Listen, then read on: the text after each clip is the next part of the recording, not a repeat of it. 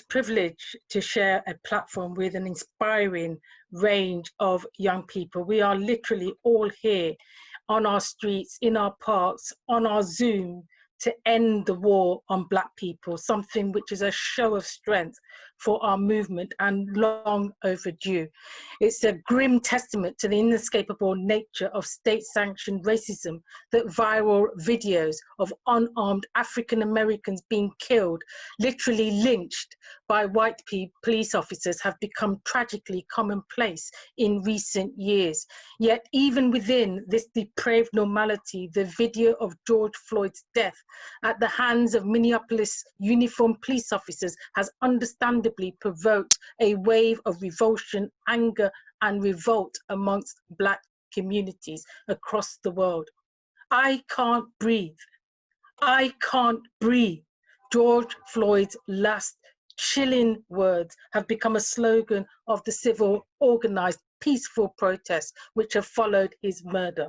These exact words were the last words spoken by Eric Garner, another unarmed African-American murdered by the police after being accused of selling unlicensed cigarettes. And what was George Floyd's alleged crime which led to that racist police officer kneeling on his neck for 8 minutes, 46 seconds, doing so with his accomplices? Supposedly, George Floyd was cashing a bad check for the value of $20. You know, the petty nature of these alleged wrongdoings bear examining. Whilst gun-toting white supremacist terrorists such as Dylan Roof and Patrick Cusius are peacefully arrested after their racially motivated murderous rampages, unarmed African Americans are murdered by supposed protectors of the peace for the most minor infringements. Unsurprisingly, President Donald Trump, who has a long history of racist comments and actions, responded with rhetoric and threats straight out of the fascist dictatorial playbook. Sadly, this comes as no surprise. This is a president who employs white supremacists and praises heavily armed, predominantly white right-wing protests against coronavirus safety measures, yet gleefully condemns the social outpouring of anger and grief against racist police brutality. You know, the UK government must condemn him if they are really serious about standing up to racism of all kinds wherever it appears in the world. They must also end the sale of so-called anti-riot equipment, including tear gas, rubber bullets, riot shields, and weapons to the US. The violent police response to the US protests is a disgrace, and it would be a disgrace if Britain supplied the equipment that is used to brutally clamp down on those protesting state-sanctioned racism. You know, the contrast between heavily militarized police forces, crushing dissent, and underfunded health services struggling to cope with coronavirus reveal in whose interests societies from the UK to the US really work. You know, the grim intersection of racial and class discrimination has a deadly consequence during this pandemic, and we must topple both these systems of oppression as we rebuild.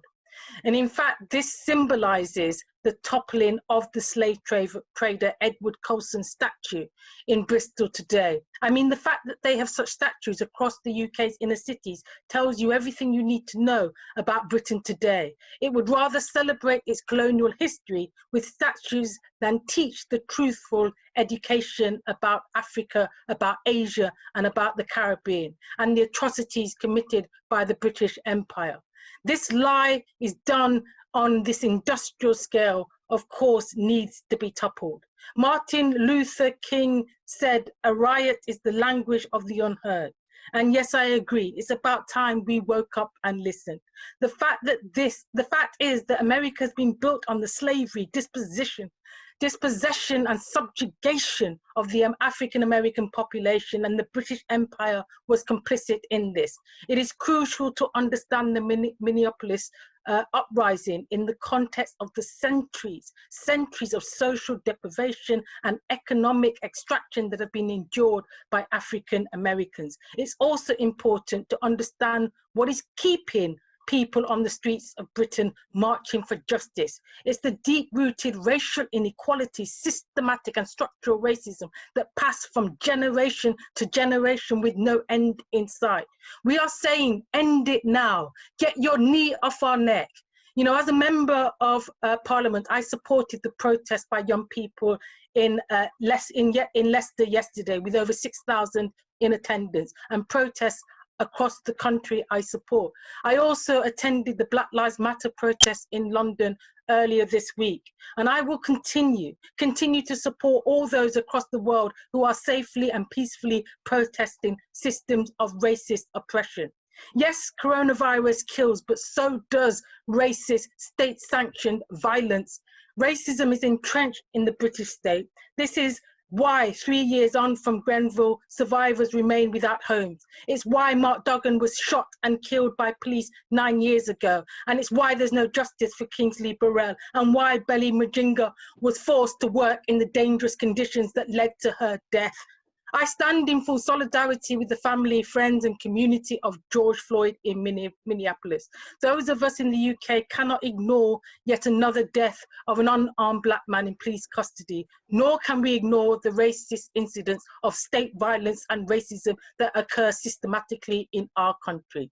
As the inspiring crowds of protesters around the country have shown us, it is crucial that we in the UK do not assume we are immune from the disease of institutional racism. Black people disproportionately suffer from police use of force in the UK, are more likely to be charged, and are overrepresented in the prison population.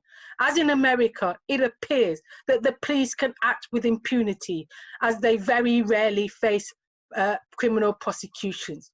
As we have seen with the victims of Grenfell Tower, the Windrush generation, and the disproportionate number of black people who die in police custody, the violence of state-sanctioned racism, and I'll end with this, evidently exists throughout the British political, social and economic system.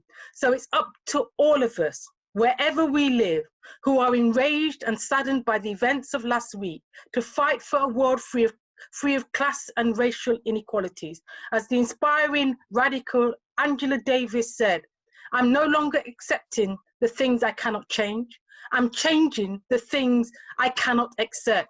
That must be our mission going forward, to ensure this is not a moment of passion, and to ensure instead that this moment is a turning point, and that Black Lives Matter evolves from a rallying cry to a reality of daily life. We are right to demand an end to the war against Black lives. Solidarity, solidarity. Thank you.